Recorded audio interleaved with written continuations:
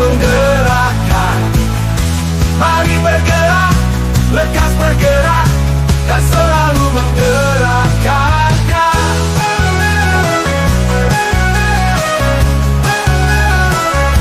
Mari bergerak bersama guru penggerak, menebar manfaat bagi pendidikan merdeka. Lekas bergerak dalam pendidikan penggerak, ciptakan generasi unggul penopang. Assalamualaikum warahmatullahi wabarakatuh. Perkenalkan, nama saya Tri Retnowati, saya CGP Angkatan 11 Kabupaten Kebumen.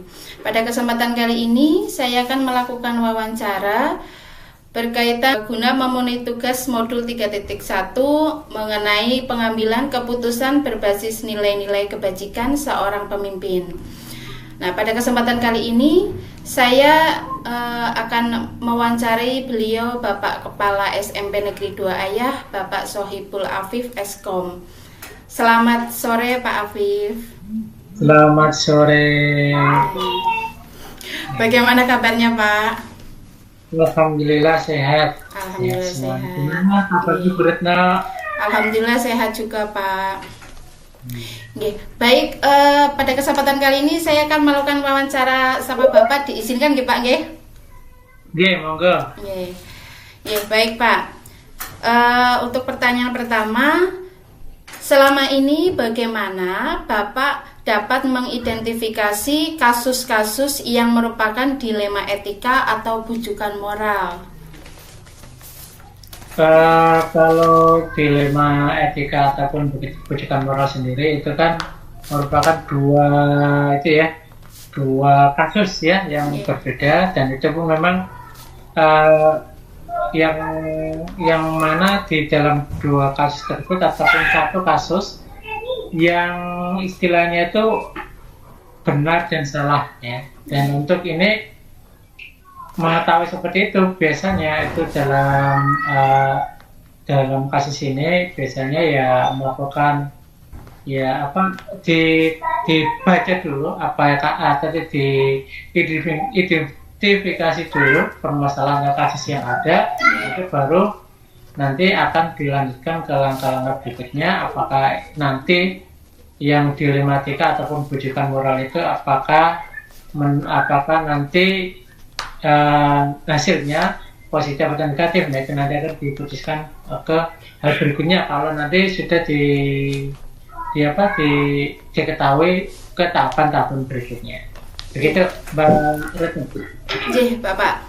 Berarti tadi menurut Bapak bagaimana mengidentifikasi kasus yang merupakan dilema etika ataupun bujukan moral, menurut Bapak itu bahwa dilema etika ataupun bujukan moral itu adalah merupakan dua kasus yang berbeda ya Pak ya.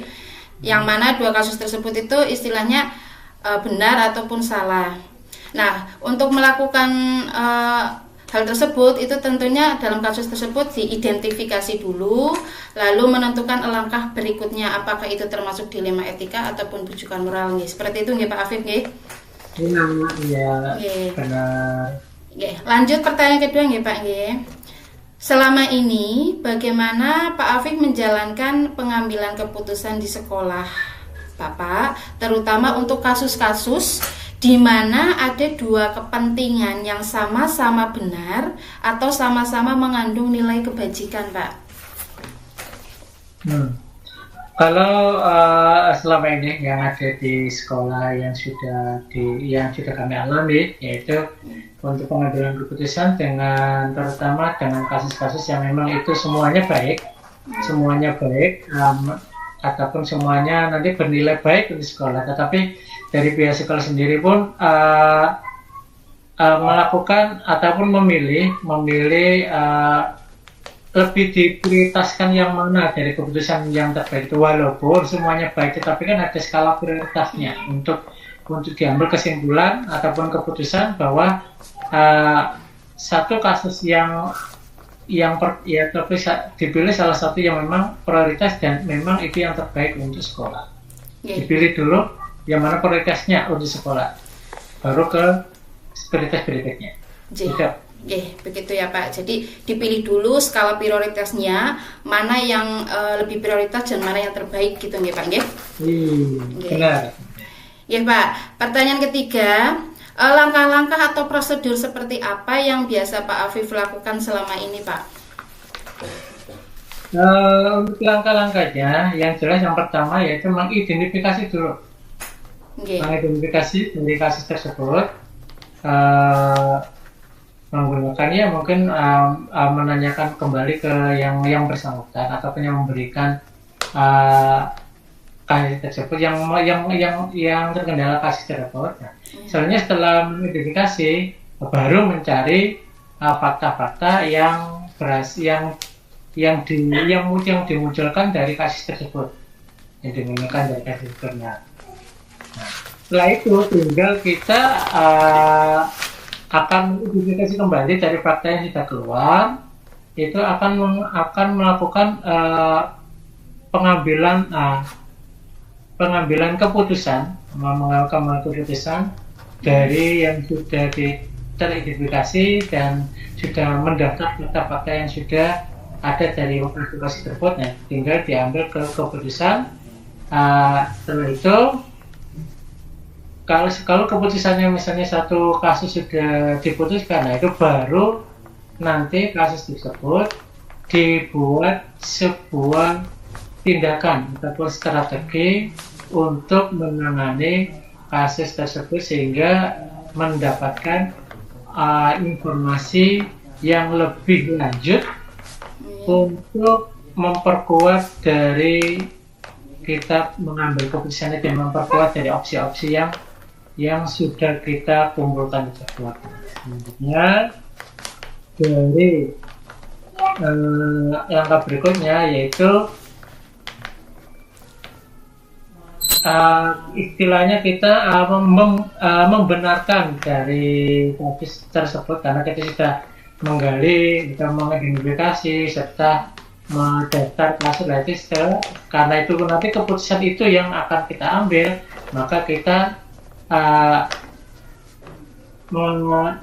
mempunyai dasar pembenaran dari pilihan yang akan kita pilih. Nah, selanjutnya setelah itu baru nanti kalau memang nanti kedepannya nanti ada keluar masalah etika dilematikanya, nah itu baru merancang suatu tindakan untuk mencegah masalah itu terjadi. Begitu. Iya, Pak. Ya, pada intinya tentunya kita mengidentifikasi permasalahan terlebih dahulu ya Pak, kemudian mencari fakta-fakta yang muncul atau yang relevan, kemudian berdasarkan fakta tersebut itu akan diputuskan satu kasus ya, apakah kasus tersebut sebagai tindak lanjut atau strategi sehingga mendapatkan informasi untuk memperkuat dari opsi-opsi yang sudah dikumpulkan. Seperti itu nggih Pak nggih? Baik, untuk berikutnya Pak, hal-hal apa saja yang selama ini Pak Afif anggap efektif dalam pengambilan keputusan-keputusan pada kasus dilema etika Pak? Jadi hal apa saja? Nah, kalau untuk hal-hal yang sangat mengambil untuk keputusan tentang kasus-kasus dilema itu, yang tadi yang pertama yang biasanya itu dari saya sendiri selaku sekolah pimpinan yang ada di suatu sekolah, yaitu mengidentifikasi dulu dari kasus-kasus yang pernah ada itu ya kami mengidentifikasi dulu. Nah baru setelah itu saya ingin menghadirkan orang ataupun seseorang tersebut untuk bisa saya mintain suatu keterangan yaitu tadi diambilkan dari keterangan-keterangan, nantinya kan keluarnya kan juga fakta yang ada. Itu nanti dalam tidak hanya satu kasus saja, mungkin ada dua atau satu lebih, itu mungkin ya diambilkan dari masing-masing itu fakta-fakta dari orang-orang yang memang mengalami kasus tersebut. Jadi biasanya seperti itu. Nah itu baru untuk selanjutnya ya otomatis kami kan tidak mungkin bekerja sendiri ya, punya teman dan sebagainya, itu juga bisa untuk diajak untuk diskusi untuk bisa ikut membantu untuk pemecahan kasus-kasus yang ada dan nanti kita hingga akhirnya itu temunya ternyata kasus ini memang semuanya kasus yang di rumah itu baik, tetapi kan sekali lagi kita tetap punya skala prioritas untuk kasus ini diselesaikan ataupun kita pilih yang skala prioritas lebih dari begitu. Iya Pak.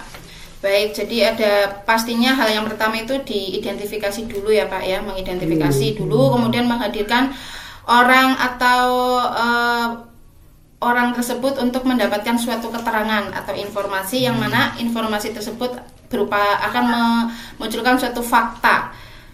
Gitu ya Pak ya. Kemudian bisa juga mengajak berkolaborasi atau berdiskusi dengan guru, rekan guru untuk menyelesaikan kasus-kasus tersebut dengan memprioritaskan skala prioritas.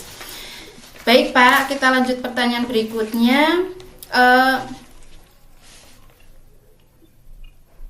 Hal-hal apa saja yang selama ini merupakan tantangan dalam pengambilan keputusan pada kasus dilema etika Pak? Jadi tantangannya apa saja? Kalau tantangannya itu jelas karena itu kasus dilema etika itu jelas karena semuanya kasus dilema etika itu memang semuanya bernilai bijak, nilai baik untuk sekolah. Tetapi kan ya tantangannya ya jelas ada salah satu kasus tersebut yang bikin nanti tidak enak untuk orang tertentu karena memang ya itu yang penting kami bisa memberikan pemahaman bahwa ini memang kami pilih kasus yang memang ataupun suatu keputusan yang memang skala prioritas untuk sekolah itu mengasih pemahaman ke orang yang lain kalau memang dalam suatu kegiatan ataupun suatu suatu masa diskusi itu ada dua orang yang memang benar, tapi tetap kita mencari skala prioritas untuk walaupun nanti ada salah satu yang merasa tidak tercapai bahwa keinginan dia itu tetap itu prioritas yang pertama. Itu. Baik Pak. Jadi salah satu tantangannya memang nanti Bapak selaku kepala pimpinan sekolah itu membuat tidak enak ya Pak terhadap orang yang bersangkutan seperti itu ya Pak. Tapi harus dilakukan karena itu kita melihat skala prioritasnya untuk kebaikan sekolah ya Pak. Iya. Baik, berikutnya Pak, apakah Pak Afif memiliki sebuah tata kala atau jadwal tertentu dalam sebuah penyelesaian kasus dilema etika? Nah, apakah Bapak langsung menyelesaikan di tempat atau memiliki sebuah jadwal untuk menyelesaikannya? Bentuk atau prosedur seperti apa yang Bapak jalankan? Kalau untuk menyelesaikan kasus yang dilematika ini, baru-baru saja inilah.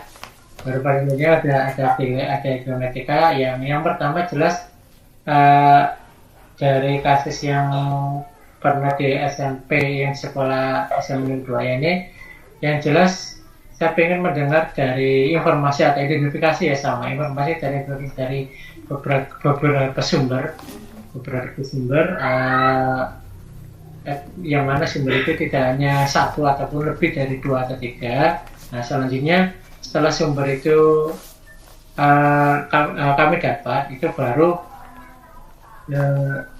ada penjadwalan untuk memanggil salah satu guru ataupun karyawan untuk dimintai keterangan atau mencari fakta, dimintai keterangan dari yang bersangkutan apakah benar ataupun seperti ini dan sebagainya. Nah, selanjutnya baru kami menyelesaikannya, yaitu dengan mendapatkan informasi lebih jauh, lebih lanjut, yaitu dengan ya otomatis kami juga punya dari walaupun kami selaku pimpinan yang ada di lembaga tersebut, tetapi kan kami saya tidak lepas, yaitu tetap meminta masukan dari para senior yang ada dan senior yang ada di sekolah tersebut untuk ikut menyelesaikan masalah tersebut. Tetapi itu tidak langsung sekaligus, itu ada jadwalnya. Mungkin hari besoknya awal memang dimediasi, lalu keduanya itu baru memanggil orang ataupun yang kena kasus tersebut. Nah, itu berikutnya baru meminta bantuan sama itu, baru nanti kami bisa memutuskan ataupun mengundang kembali yang punya kasus tersebut, baru nanti kami akan putuskan. Yang jelas saya sendiri tidak serta-merta langsung memutuskan ini, tidak, tetapi memang ada tahapannya yang memang harus diselesaikan dan itu pun harus dijalankan. Ya nanti semuanya enak dan yang merasa kasih film ini pun tahu bahwa ini kan memang harusnya dilakukan seperti begitu tingkatnya. Begitu. Iya, Pak. Jadi pada intinya memang ketika Bapak menyelesaikan sebuah kasus dilema etika ini perlu waktu ya Pak, atau waktu berkala. Jadi tidak serta-merta dalam satu waktu menyelesaikan masalah itu selesai gitu ya Pak ya. Karena memikirkan dampak ke belakangnya bagaimana untuk orang tersebut. Tentunya Bapak juga dalam menyelesaikan masalah ini juga meminta masukan dari beberapa guru senior gitu ya Pak ya. Benar. Oke Pak, untuk berikutnya adakah seseorang atau faktor-faktor apa yang selama ini mempermudah atau membantu Bapak dalam pengambilan keputusan dalam kasus dilema etika, Pak? Kalau ini kayaknya sudah saya jawab tadi, yaitu kamu punya orang-orang yang memang sudah lama karena yang jelas untuk kepala sekolah sendiri itu di suatu sekolah itu nggak lama kok. Pasti di situ ada guru-guru ataupun yang memang sudah senior dan memang sudah dituakan di sana. Nah itu yang membantu kami untuk dalam bidang apapun. Makanya di dalam sekolah kan ada bidang sarpras, ada wakil dan sebagainya. Itu merupakan orang-orang yang memang menurut saya itu memang membantu sekali untuk kegiatan semua yang ada di sekolah. Walaupun itu sebuah kasus, tetap ada begini, tidak bisa diambil keputusan sendiri, karena kecuali kalau pengen mengambil keputusan sendiri itu namanya diktator gitu. Iya Pak. Berarti seperti itu. Karena nanti dampaknya ke belakangnya walaupun boleh-boleh saja, tapi dampak ke belakangnya nanti jadi nggak enak sama orang-orang yang ternyata pimpinan kita sekarang itu seperti ini ya, gitu. Makanya tetap ada orang yang membantu untuk mengambil keputusan tersebut. Ada. Ya, jadi tadi Bapak mengatakan untuk pengambilan keputusan tersebut dibantu oleh beberapa guru senior tentunya ya Pak ya, yang merasa dituakan di dalam sekolah tersebut untuk mempertimbangkan keputusan nanti yang akan Bapak ambil. Selain guru senior mungkin Pak ada yang lain Pak? Kalau guru senior ada ya mungkin ya kayak pengawas, itu juga pengawas sekolah itu juga memang pembimbing ataupun pembina dari sekolah untuk membina atau mengawasi keadaannya. Itu pun dari kasus-kasus yang kemarin itu ya memang dari pengawas pun sudah kami kan informasi ya sama. Ya ini gimana, ini kepala sekolah itu melakukan ini gimana, sama seperti itu. Ya tetap ya hampir sama dengan ya istilahnya, karena pengawas itu cuma membantu ya, cuma ngasih solusi yang nantinya pun tetap keputusan ada di kepala sekolah. Jadi Pak, terima kasih. Lalu ini pertanyaan terakhir Pak. Dari semua hal yang telah disampaikan, pembelajaran apa yang Pak Afif dapat petik dari pengalaman Bapak mengambil keputusan dilema etika Pak? Kalau pembelajaran yang bisa yang dapat saya itu ya ini merupakan petik ya, ini merupakan pengalaman yang benar-benar bagus dan luar biasa, karena jelas kedepannya nanti akan akan tetap menjadikan sebuah ingatan kalau memang akan terjadi kasus-kasus yang sama, itu malah mensikapinya itu malah bisa merefleksi dari permasalahannya kemarin. Betul. Mungkin bisa lebih baik lagi, mungkin bisa lebih baik dan bisa menghasilkan yang mungkin ya lebih baik lagi dari yang kemarin-kemarin, karena ini merupakan pengalaman yang memang pengalaman yang ya biarpun nggak terlalu itu, tapi hasil manfaatnya besar sekali untuk kedepannya, apalagi seperti saya ya. Jadi saya ini baru beberapa bulan menjadi sebuah pemimpin di suatu instansi, yaitu merupakan ini pengalaman yang sangat baik sekali untuk kedepannya, karena jangka waktunya masih panjang untuk kedepannya kalau ada kasus seperti ini.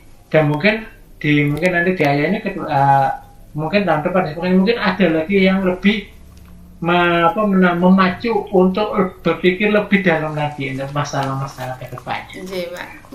Lagi ini merupakan pembelajaran yang sangat berharga buat saya. Iya, Pak. Jadi pembelajaran yang Pak Afif dapat petik itu pengalaman yang bagus dan luar biasa sekali nih Pak, yang dapat dijadikan juga refleksi agar kedepannya lebih baik lagi dalam menyelesaikan sebuah kasus-kasus, khususnya kasus dilema etika nih Pak. Oke. Baik, terima kasih sekali Pak atas waktunya.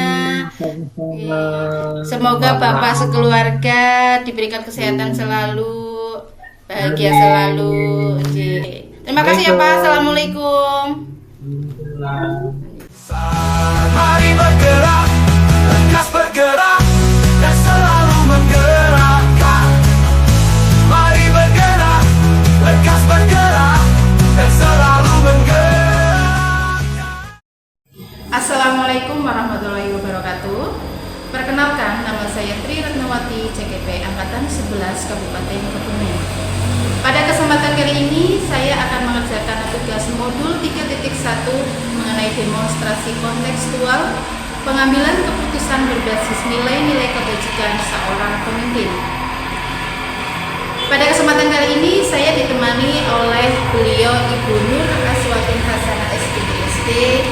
Beliau adalah Kepala SD Negeri 1 Serabu. Assalamualaikum Bu Nur. Bagaimana kabarnya Ibu?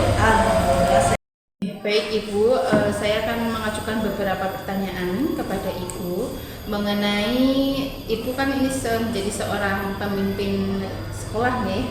Tentunya Ibu sudah memiliki pengalaman mengenai Ibu sebagai kepala sekolah, mungkin punya pengalaman bagaimana ketika memberikan keputusan baik untuk kepentingan Ibu maupun untuk kepentingan sekolah.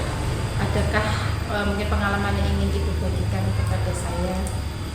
Ya, kalau pengalaman itu memang saya masih junior, dalam artian saya di SD Negeri 1 Serati per tanggal 22 Maret 2023. Ya, mudah-mudahan pengalaman yang masih junior ini nanti bisa saling bertukar kolaborasi terkait dengan pengambilan keputusan berbasis nilai-nilai kebajikan.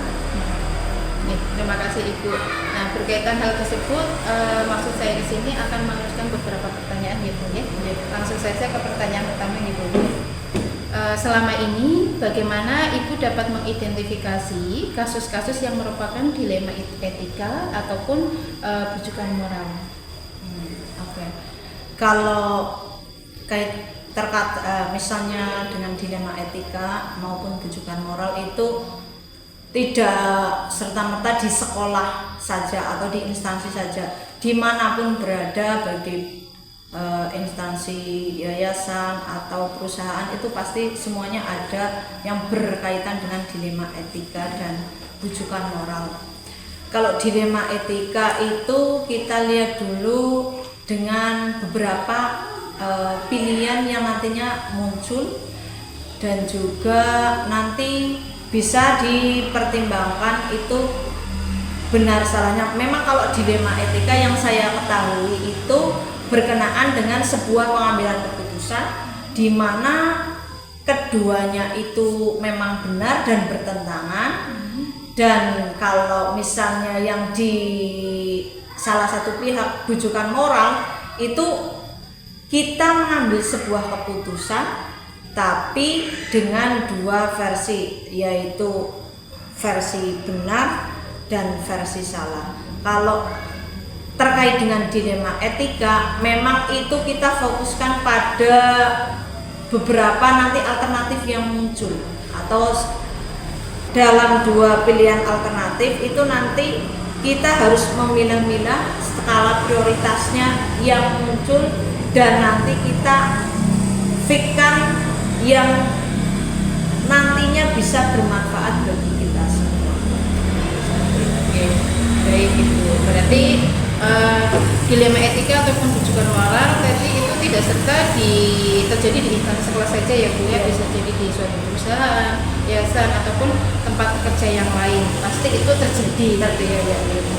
Kemudian untuk dilema etika itu muncul ada pilihan ya Bu ya. Pilihan biasanya keduanya itu antara benar dan biasanya saling bertentangan juga. Kemudian ada pertimbangannya juga. Kemudian untuk rujukan moral itu biasanya mengambil keputusan tapi versinya itu benar dan salah. Seperti itu Bu. Terima kasih. Lanjut Ibu untuk pertanyaan kedua. Selama ini Ibu menjalankan pengambilan keputusan di sekolah Ibu, terutama untuk kasus-kasus di mana ada dua kepentingan yang sama-sama benar atau sama-sama mengandung nilai kebajikan. Ya, kalau sama-sama benar dan mengandung nilai kebajikan itu memang sangat sulit sekali ya Bu ya. Dalam artian taruhlah kita contohkan saya selama misal menjadi kepala di SD Negeri 1 Sati, di satu pihak ada rapat yang harus kita laksanakan dan berbenturan dengan agenda rapat, misalnya rapat pleno atau juga dengan kegiatan yang lain. Nah, ini tidak mesti juga misalnya guru-guru juga bisa, dalam artian satu itu dituntut pelaporan bos, terus satunya juga dia dituntut sebagai guru. Yang artinya berarti dari kedua pilihan alternatif tersebut itu kan sama-sama bernilai benar, tapi memang bertentangan, dalam artian kita harus dihadapkan oleh dua pilihan yang harus mau tidak mau harus kita pilih. Mana sih prioritas yang harus kita laksanakan? Nah, berarti ketika di sini kita dituntut mengambil sebuah keputusan yang tidak merugikan anak-anak, dan juga itu termasuk tupoksi kita selaku guru, dan juga dituntut juga sebuah pelaporan yang nantinya itu membantu sekali terhadap kelancaran sebuah sekolah, karena itu berkaitan dengan bos seperti itu. Berarti dalam hal ini kita harus, intinya adalah skala prioritas yang mana yang harus kita laksanakan dulu. Berarti tupoksinya dulu, baru nanti kita beralih ke yang kedua, alternatif. Baik Ibu, tadi penjelasannya sungguh luar biasa ya Bu ya. Jadi tadi Ibu mengatakan bahwa sama-sama benar mengandung nilai kebajikan. Dan itu sebenarnya sangat sulit sekali ya Bu ya. Di satu sisi misalkan Ibu sebagai kepala sekolah memimpin rapat pleno, kemudian yang kedua juga mungkin Ibu ada kegiatan yang lain juga gitu nggih. Nah, kemudian bagi guru itu juga ada beberapa pertimbangan juga. Mungkin yang pertama seperti ada salah satu guru yang menjadi koordinator bos nggih, dia harus membuat laporan, kemudian dia juga tupoksinya sebagai guru, dia harus mengajar, tidak boleh meninggalkan anak-anak ketika pembelajaran. Nah, kedua pilihan ini merupakan alternatif yang bernilai benar ya Bu, tetapi saling bertentangan gitu ya Bu ya, dan harus memilih mana yang menjadi prioritas gitu ya Bu. Apakah yang pertama memang guru harus mengajar, dan yang kedua di sisi lain juga harus melaporkan pelaporan terhadap bos ya, seperti itu Bu. Jadi intinya itu skala prioritas yang mana yang harus didahulukan, apakah tupoksinya ibu sebagai kepala sekolah ataupun guru mengajar di kelas gitu Ibu, sama yang alternatif yang kedua. Ya. Baik Ibu, untuk pertanyaan yang ketiga, langkah-langkah atau prosedur seperti apa yang biasa Ibu lakukan selama ini? Kalau langkah-langkah itu memang semuanya itu tidak langsung pengambilan sebuah keputusan, itu memang beberapa alternatif. Satu, misalnya kita identifikasi dulu permasalahannya terletak di mana atau plus minusnya di mana. Terus setelah mengidentifikasi, kita kembangkan ke langkah kedua, yaitu siapa saja sih aktor yang berperan atau yang berdampak. Terus nanti kita setelah itu kita lanjutkan ke langkah ketiga, yaitu dengan mengambil beberapa kumpulan atau fakta-fakta yang relevan yang nantinya bisa dijadikan dasar untuk mengacu dalam pengambilan sebuah keputusan. Dilanjutkan nanti kita mengambil beberapa alternatif pilihan. Setelah itu nanti kita deskripsikan, dari itu nanti kita kelebihannya di mana, kekurangannya di mana, barulah kita mengaksikan pengambilan sebuah keputusan. Toh nanti misalnya kok dari keputusan itu dianggap masih kurang pas, nanti kita bisa mengambil kolaborasi dengan rekan sejawat yang utamanya beliau-beliau itu sudah mengabdikan lama di SD Negeri 1 Serati, terkait dengan guru senior atau juga guru-guru yang sudah memiliki pengalaman lebih, itu bisa dijadikan kita sebagai rekan sejawat kolaborasi yang apik. Baik Ibu, jadi langkah-langkah atau prosedurnya yang biasa Ibu lakukan itu yang pertama identifikasi dulu permasalahannya itu apa gitu ya Bu ya. Kemudian dikembangkan, yang kedua itu siapa saja aktor yang berperan ataupun yang berdampak pada permasalahan tersebut ya Bu ya. Kemudian yang ketiga, mengambil beberapa fakta yang relevan dijadikan dasar pengambilan keputusan. Setelah itu mengambil alternatif pilihan, lalu diidentifikasi, dan terakhir aksi nyata atau berupa pengambilan keputusan ya Bu ya, baik kepala sekolah, guru, dan itu merupakan kolaborasi yang apik gitu ya Bu ya. Baik Ibu, kita lanjut pertanyaan berikutnya. Hal-hal apa saja yang selama ini Ibu anggap efektif dalam pengambilan keputusan? Ya, kalau pengambilan keputusan, langkah-langkah yang efektif itu menurut saya tadi dari identifikasi, terus nanti kita kembangkan. Tadi sebelum pengambilan keputusan memang itu juga diperlukan juga pengujian benar dan salah, ya, pengujian benar salah, dan nantinya itu sebelum pengujian itu bisa kita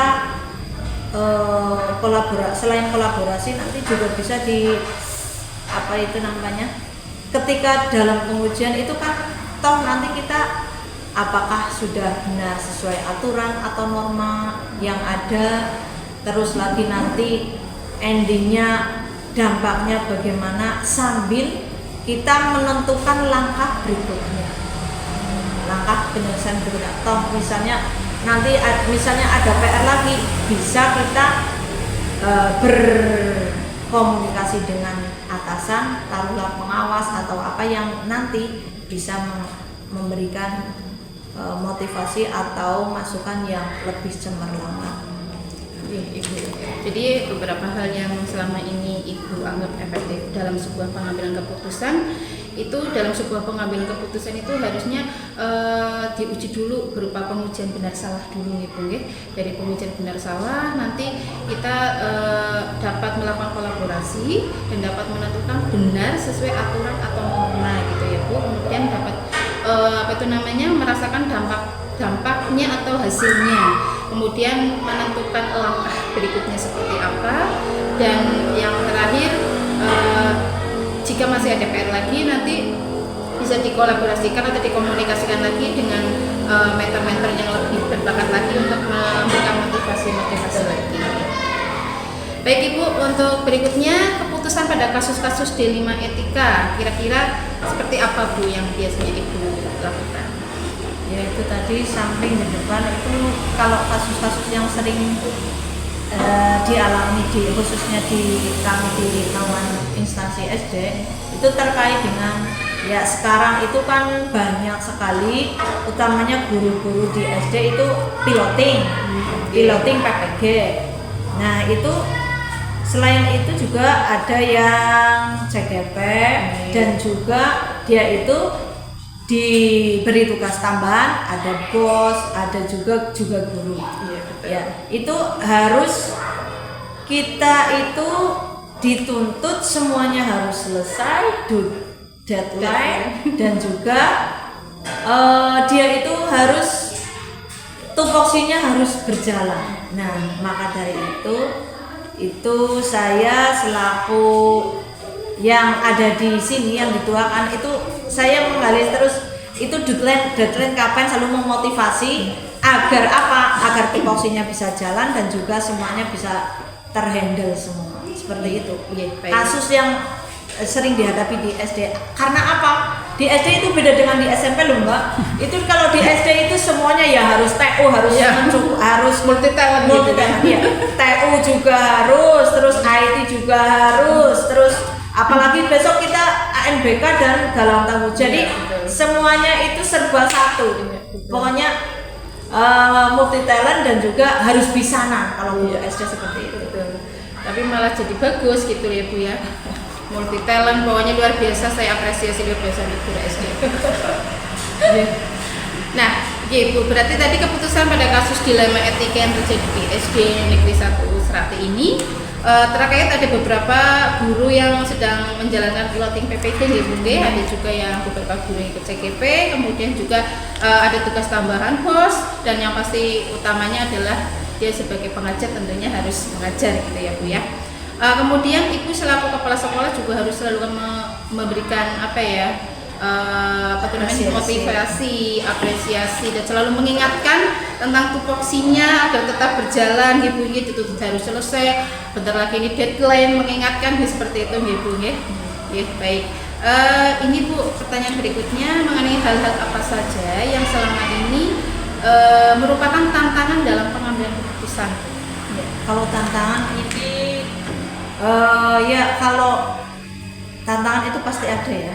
Satu, bisa kalau saya misalnya mengingatkan terus lagi terkait dengan tantangan itu kiranya pas enggak ya di yang bersangkutan kayak gitu ya.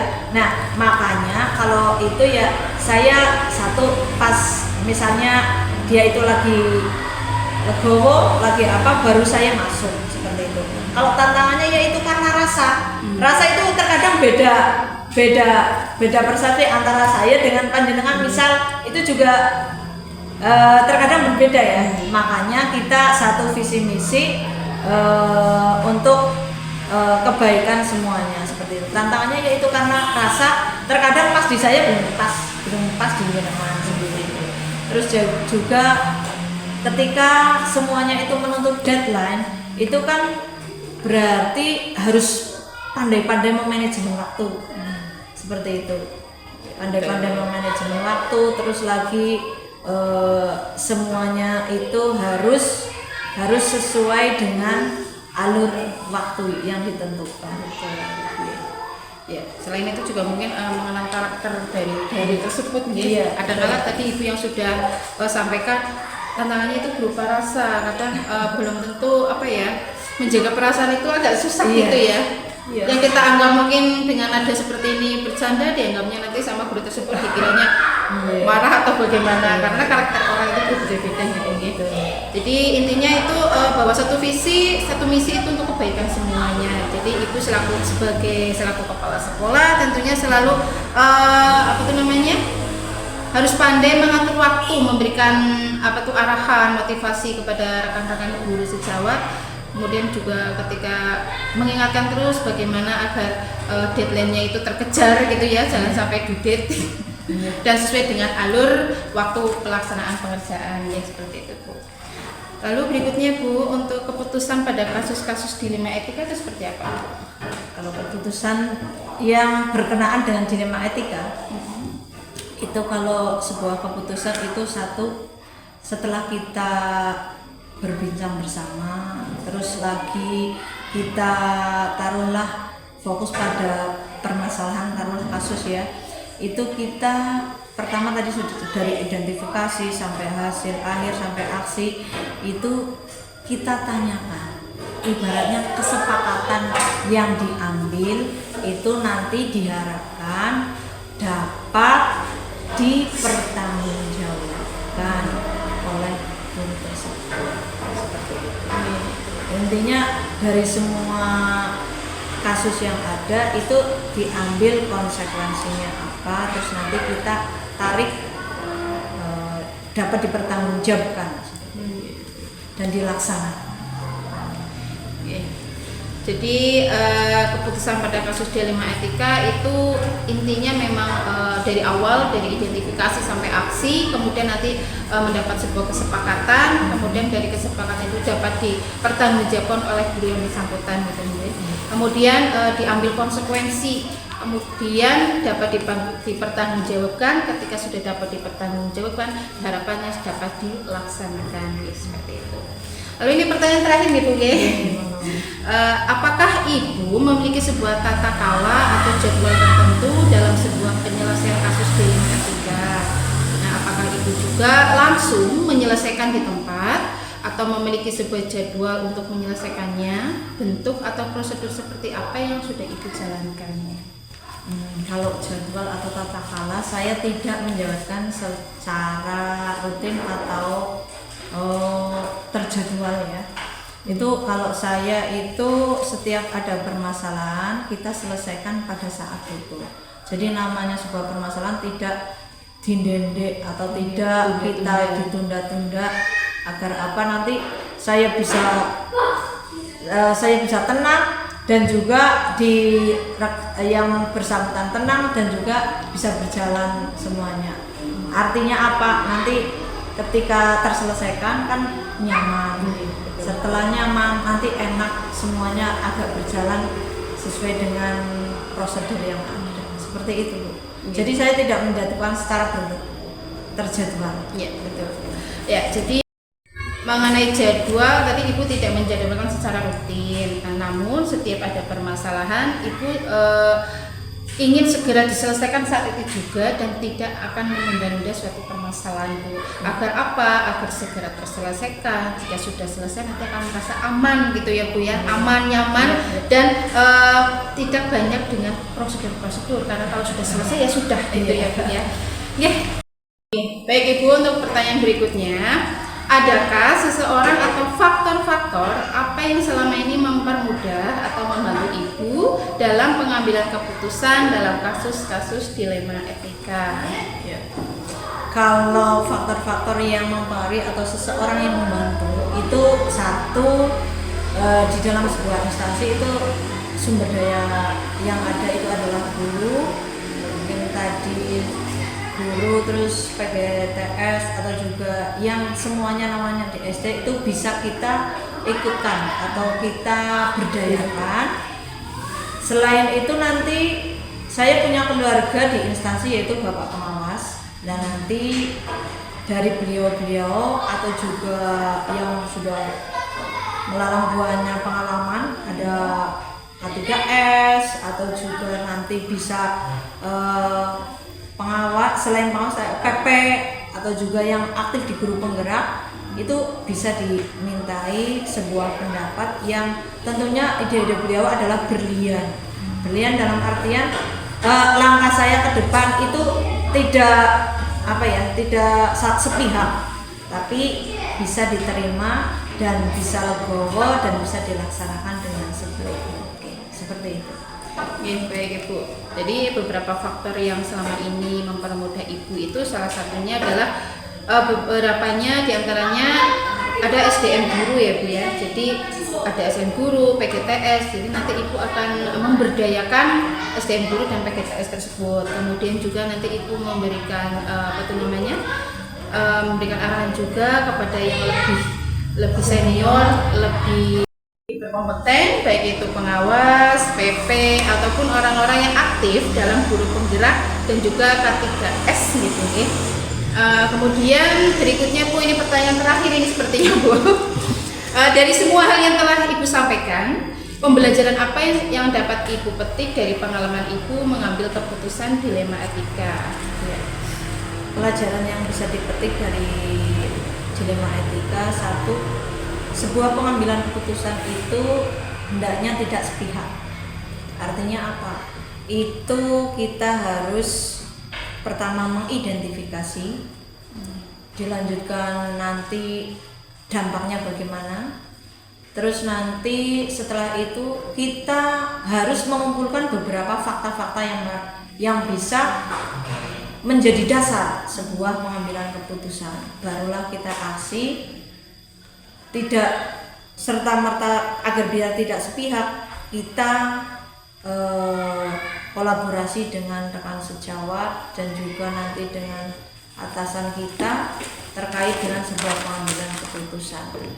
Dan ending dari sebuah keputusan adalah bisa diterima oleh yang bersangkutan, satu, bisa legowo, dua, dan bisa dipertanggungjawabkan dan dilaksanakan sesuai dengan kesepakatan, seperti itu.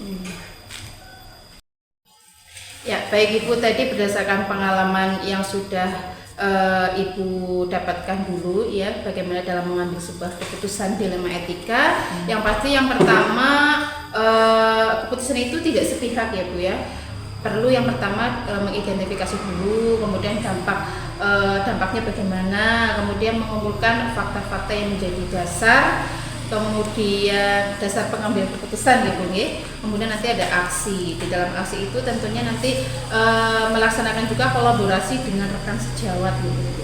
Nah, intinya atau ending dari pembelajaran ini ya, bahwa keputusan yang diambil itu tentunya yang pertama bisa diterima oleh yang bersangkutan, lalu yang kedua orang yang bersangkutan bisa legowo, kemudian yang ketiga dapat dipertanggungjawabkan sesuai dengan hasil kesepakatan. Begitu ya Bu ya.